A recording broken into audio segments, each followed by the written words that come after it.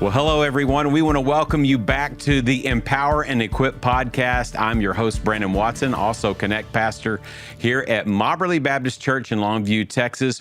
We want to welcome you to our final episode of the fall 2023 schedule, and we're super excited because we have two of our own staff here at Mobberly Baptist here in the studio with us, and we're going to be talking about neighborhoods and missions, neighborhood initiative and missions. And so we have Jan LaJoie here and Michael Curl. And like we always like to do, Jan, you've been on the podcast before, but we want you to introduce yourself, tell us what you do, tell us a little bit about your family, anything special, maybe an embarrassing moment. No, I'm just kidding. But we do like a little intro here. So Jan, why don't you kick us off and then we'll go to Michael. Okay, so as Brandon said, I've been at Mobberly for several years, and my title is Minister of Evangelism and Assimilation. And I love that because I get to do a lot of outreach activities and work with a lot of groups on campus. And I've been married to Rod for 33 years, and I have a son named Taylor, and he's married and lives in Washington, D.C. That's awesome. Thank you, Jan, for coming back. High energy, Jan LaJoie. She's going to bring it. All right, Michael Curl, introduce yourself. I'm Michael. I'm the missions minister here at Mobberly. I've been here for about 8 years, but recently stepped into this new role here at the church. Married to Renda, and we have two kids, Will, who is a fourth grader, and Lainey, who's a second grader. All right. So Renda has put up with you for how many years now? She's been living the dream for what will be 15 years in February. All right. 15 years of magic. That's right. Yeah. Okay. Well, that's great. Well, today, again, we're talking about our neighborhood initiative and missions. This year, 2023, we have really focused in on homes. And we've talked about discipleship in the home. We've talked about marriage. We talked about the gift of singleness as a church. I know that we have the Homefront conference that's getting ready to come up. And so we're super excited about that. Also, you guys were a part of a strategic team that started earlier this year that really started dreaming up and talking through what 2024 really was going to look like as far as our emphasis on neighborhoods. So let's talk about that. What is the Neighborhood Initiative? Tell us a little bit about that and how and when does it begin, and maybe a little bit about the background. Okay, so this past year we focused on our home front. And as God has transformed each of our families, as we have read our Bible and we've asked our spouse questions, and we're going to have this opportunity for the Homefront conference, I believe that God is getting us ready to go out and be with our neighbors. And in my personal case, I'm very excited because I moved to a new neighborhood a couple of years ago, and a lot of my neighbors are not from Texas. And it's been challenging, but it's been great, and I'm thankful that God's given me that opportunity to continue to get to know my neighbors, to form relationships, and to be able to share Christ with them as time allows. And so Michael and I have been on this team since probably last spring, and we've been talking about how we wanted to plan for the whole year. And so we have ideas for the whole year that we want to put into motion. So we're very excited about it because every one of us have neighbors, not just in our neighborhood specifically, but people that we work out with, people that we know from school, from our jobs, wherever we are, there are people that need the Lord, and we need to form relationships. So I'm excited to be a part of this team. Yeah. Right, and so the Neighborhood Initiative really flowed out of Pastor Andrew's vision, starting with the home front, working on ourselves, daily formation challenge, marriage, leading in the home, and then that flows into reaching our neighbors. And again, not just the people that live next door to us, but the people that we interact with on a regular basis. And then that's going to flow into reaching the nations in 2025. And so this really flowed out of that vision. And so we're excited for 2024 to get here. That's cool. So let's talk a little bit more about the kind of the planning phase of this and how it began and what did it look like, because there was a team. And share with us a little bit who all was on the team with you guys as y'all planned through this. Yeah, Corey Perkins was our team leader. Yeah, college young adult minister. Jan and I, Greg Zachary, Jeffrey Davis, and Kylie Broom. Yeah. And so we just sat in the room together, began to brainstorm to put together what would this year look like as we focus on reaching our friends, reaching our neighbors, creating opportunities for the church to jump in and get involved. Well, that's awesome. And it's not like we haven't been involved as a church in our neighborhood. I think it's also building upon some of the things that we have kind of already started. Wouldn't y'all agree to that? Makes it a lot easier because, part of our prayer time for all of us is thinking about the people that we live, work, and play with. And we want to always be that person that can be available to talk to them when there's crisis in their life or there's joys in their life. And we're trying to be very strategic to kind of not push people, but give them opportunities to be a part of. Sure.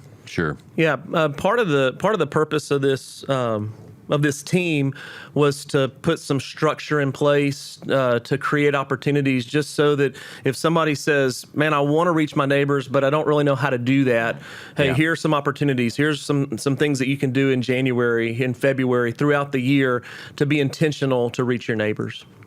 Here's what's interesting is that we live in a culture that is being driven to isolation. Right. And we have people that drive up to their home, open their garage door, drive in, close their garage door behind them, and we're like, wow, maybe we'll see them again do that tomorrow.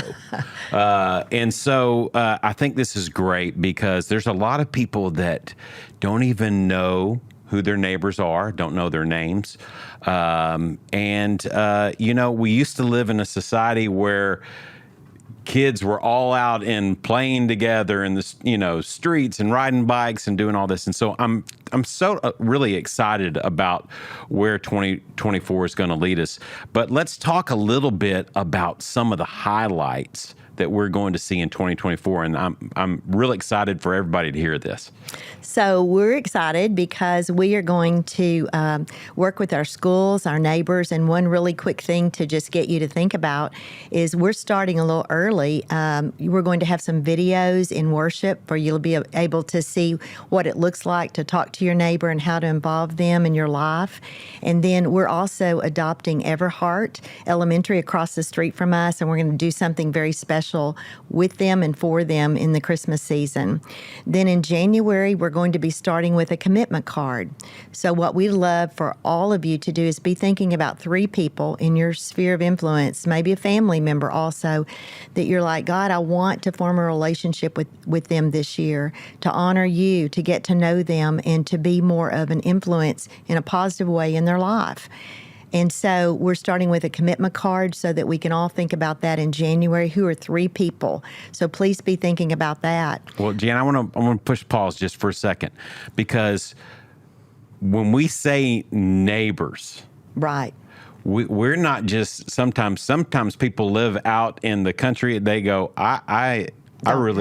we're about maybe a mile away from our neighbor or whatever it may be. So we're not just talking about somebody that lives next door or across the street or behind us, but we're also talking about, when you say sphere of influence, that could be family, home, in your neighborhood, actual neighborhood, and it could be work or maybe you're a part of some kind of club or sports team or something like that as well, or your kids and other parents of kids that are in your school. What would y'all add to that?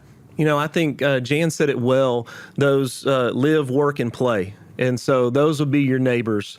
And it may be the person that you see whenever you check in at the gym, or that you see every day whenever you're going to get a cup of coffee. It's not just somebody who lives, in physical proximity to you. It's people that you come in contact with on a regular basis. Good. So, okay, back on. I'm sorry. Okay, I that's great. thought it was important. We need to clarify. Yeah. Okay, so we're going to start off with the most important thing for any activity or event that we do, and that's with prayer. And our church is going to have a great opportunity in the month of February, in the month of June, and the month of September to go to a member's house that they live somewhat close to, and we're going to have a time of prayer from 6 to 7 on those Sunday nights that I mentioned. The great thing about that is that you sign up for a prayer hub home, and those homes we worked with each of those people, and they've been trained to know what to do, and we're very excited. It's just a time of prayer, and everybody's going to bring their ideas and say, let's pray for my neighbor. And if you don't pray out loud, that's okay. You can still come and be a part of it through silent prayer. Yeah. But it will be a great opportunity. Most homes are going to have about 25 people, give or take. And so from there, we'll be doing intentional acts of kindness. And I'll let Michael continue to tell you some other things we're doing. Yeah. Well, one thing I'd say too, start praying now. Yes. Start praying now. That's right. About God, will you open hearts and open doors? Yeah, Yes. Absolutely. Michael. Well, for some people, right now, exactly who your neighbors are who don't know the Lord. For others, you need to begin right now to pray and go, God, would you show me the people that you're putting in my path? You're giving me opportunities to interact with on a regular basis, that you can begin to develop those relationships with, and that God would give you the boldness and the courage to share the gospel with them. But we're going to do some intentional acts of kindness, not random acts of kindness, but intentional acts of kindness to serve your friends, serve your family, serve your neighbors. And that's going to lead us into Easter.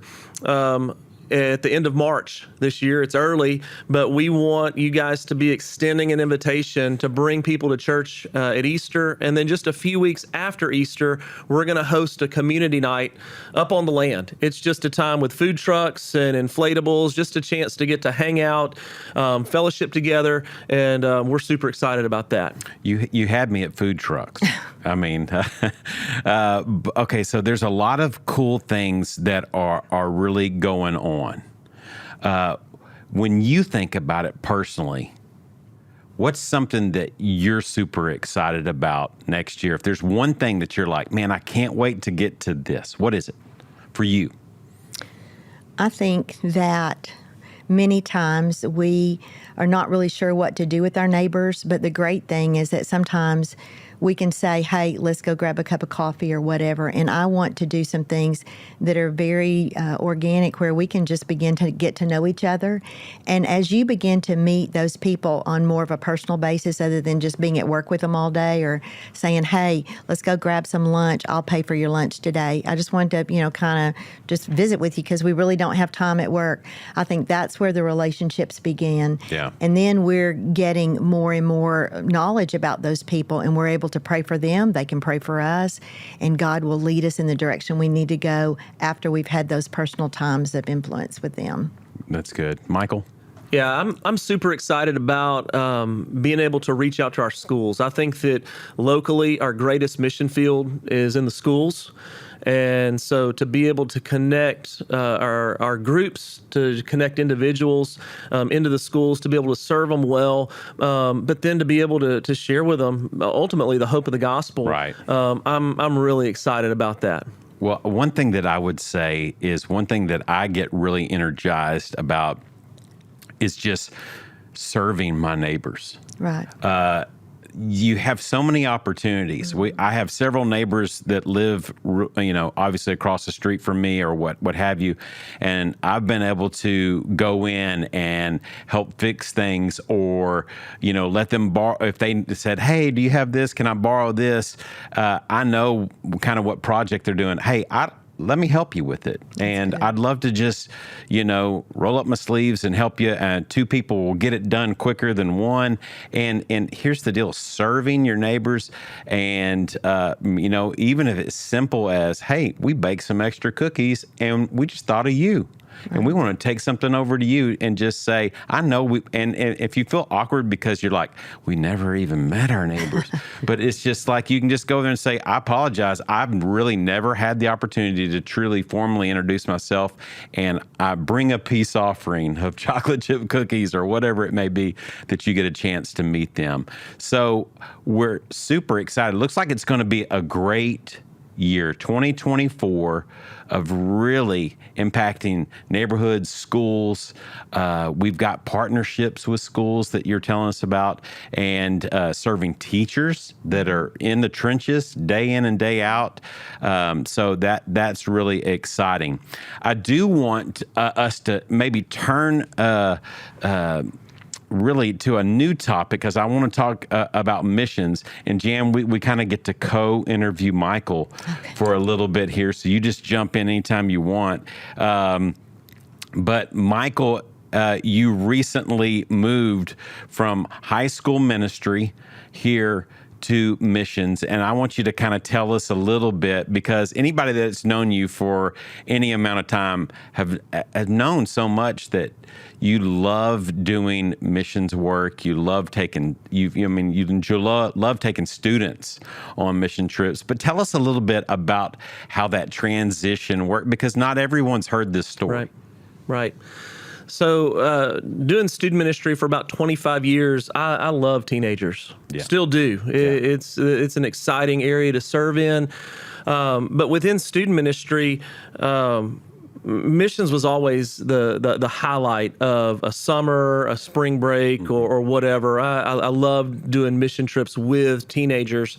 And probably over the last 4 or 5 years, it just happened that we had more parents who attended these mission trips with their students, and there was a shift in my mind of getting to see parents serve alongside their kids. Yeah, getting to see, for the student to get to see their parent share the gospel, maybe for the first time, or for a parent to say, man, this is one of the best days ever, because this morning I got to see my daughter share the gospel in a village, and this afternoon I saw my son share the gospel in front of a few hundred people, and they said it just doesn't get any better than this. Right. And so I think God used several of those kind of moments to begin to turn my heart to go, what if more of our church got to experience that? What if more parents and children got to serve on mission together, and they didn't have to wait until they were in high school? And so over a 2 or 3 year period, God really began to capture my heart for stepping out of student ministry and focusing solely on mission. I believe over the last however many years, God has continued to refine my call from student ministry, then into high school ministry, and now the part of high school ministry that I loved the most, I get to focus in on 100% of the time. Right. And so it's been a wild ride, and so but I've loved it. Yeah, that's great. Well, and you touched a little bit on this, just some of the things that you're intentionally focusing on, and I really like what you said in the fact of families getting to serve together. I know our family was a part years ago. Serving in Belize as on a family mission trip, and that was super impactful. And there's nothing like your teen going to a third world country, because then they start seeing the world's a bigger place. Right. And they also get to see people with nothing, but those that have Jesus have so much joy. For sure. And it is life-changing, and it is exciting to see your kids serve. But it's also real and transparent for a parent to say, I'm nervous about going out this day, but we're just going to trust the Lord through the day. And we're just going to lean on the Spirit to guide us through these words. So as you kind of talk through that, intentionally, what some of the things that you're intentionally focusing on, and let's just go ahead and jump into some things that you're really excited about that's going to happen. Right. So right now, I've been meeting some of our church planners, international partners, local mission partners, just trying to understand everything that Mobberly does. It's more than just taking a few trips. There's a huge footprint that we have with doing missions in all three of those areas. Yeah. And so just trying to meet with all those folks, working with our missions development committee. Yeah. And then planning trips. We haven't had a whole lot of trips coming out of COVID, and so we're beginning to ramp a lot of that stuff up and given some opportunities to go serve on mission. Yeah. Is there any kind of previews of some places that you can share, or you can't let the cat out of the bag? Oh, no, absolutely. Okay. College and young adults, we are headed to Zambia in May. Yes. And so that's one that is going to be a good one. You're going to get to share the gospel a bunch, and we pray that we get to see a lot of people come to know the Lord on that as well. We've also got mission trips at spring break. There's going to be an adult mission trip to Mexico, and then in August, late July, August, there's going to be another adult trip, and it's going to be to Africa, maybe Malawi or Zambia. We're still working out some details there. And then one that I'm really excited about, we're going to have a family mission trip to Colorado. And so this is an opportunity for parents to bring their kids. If they are small kids like mine, they're going to be participants in the VBS that we're going to be putting on. If they're older kids, junior high, high school, they can be part of the leaders, running crafts and rec, Bible story, all those different things. But we're going to have parents and children, teenagers, being able to work together, serve together, and I'm really excited about that. Well, I appreciate you sharing some of those things. That's really exciting. What's a trip that you want to see Jan jump on? Jan, you're welcome to come on any trip that you want to go on, especially any ones that we're sharing the gospel on, because she's one of the gospel sharers around here. So. Yeah, she loves it. She loves to do it. Okay, so. Well, I have a question. Yeah, Michael, if I am like, okay, I want to get my family on this trip, or I want to do something, where do I go? Who do I let, talk Right. to? So a couple of ways. You can go to the website, mobberly.org/missions, and it has trip information, dates, all that kind of stuff. You can also text missions to 57686, and it's going to send you to that link as well, that you'll be able to get all that information. And then whenever you subscribe, you'll also get updates periodically about things in the missions ministry. In January, we'll have our mission partner prayer guide that you can see all the folks that we partner with, trip opportunities, all that stuff. We'll have it in print and in a digital form, but as soon as it comes out, we'll send that to those who subscribed into the text program as well. Awesome. You said something really important there, and we haven't talked about that. Some of our partners. Tell us a little bit about that, Michael, some of our partners, and you don't have to go through all of them, but just ways too that our family can pray and help them. Yeah. So we have partners on every level, local, national, and international. And so these are people that we support financially. Mm-hmm. These are people that we pray for on a regular basis, whether it is individually or every month we have a mission spotlight where we'll highlight a specific partner, have a special time of prayer over them in our worship service, and then we partner with them to be able to go and serve alongside them. And so it could be an evangelistic trip, or it could be a construction trip, just whatever the needs are with those partners. But we commit to coming alongside them to be able to figure out, hey, how can we best serve you? Yeah, well, that's awesome. And I think one thing that we want people to know is that a lot of areas that the Lord has gifted them, they can use that. Whether it's I have a gift of, I can build stuff. I could be a great part of a construction team, or man, I could help hand out hammers and tools. I mean, I'm not really gifted there, but you can still go and help. You can still go and serve. I can work a paintbrush, or I can do whatever it may be. I just have the gift of gab. And I like to talk to people, like Jan says, having coffee with neighbors, having coffee with other people on a mission trip or whatever it may be. You can sit and build relationships. There's something for everyone, and we want everybody to be involved in not only the neighborhood initiative, but also in mission, locally, local, state, national, world. And so I'm glad that we're focusing on all that. And then also Mobberly is a part of the cooperative program, and we give and support missionaries around the world. And so we're super excited about that. So I wanted to say thank you guys for coming on and being a part of this discussion. I hope that everybody will jump in. I mean, enthusiastically. Begin praying right now how you can be a part of reaching out to your neighbors. Again, your sphere of influence, and then missions. We have some great opportunities that are coming up, and if you can't travel overseas, there's something that limits you from doing that, you can do it right here locally, right within our city. So we want to encourage you to be a part of that. Thank you, Michael.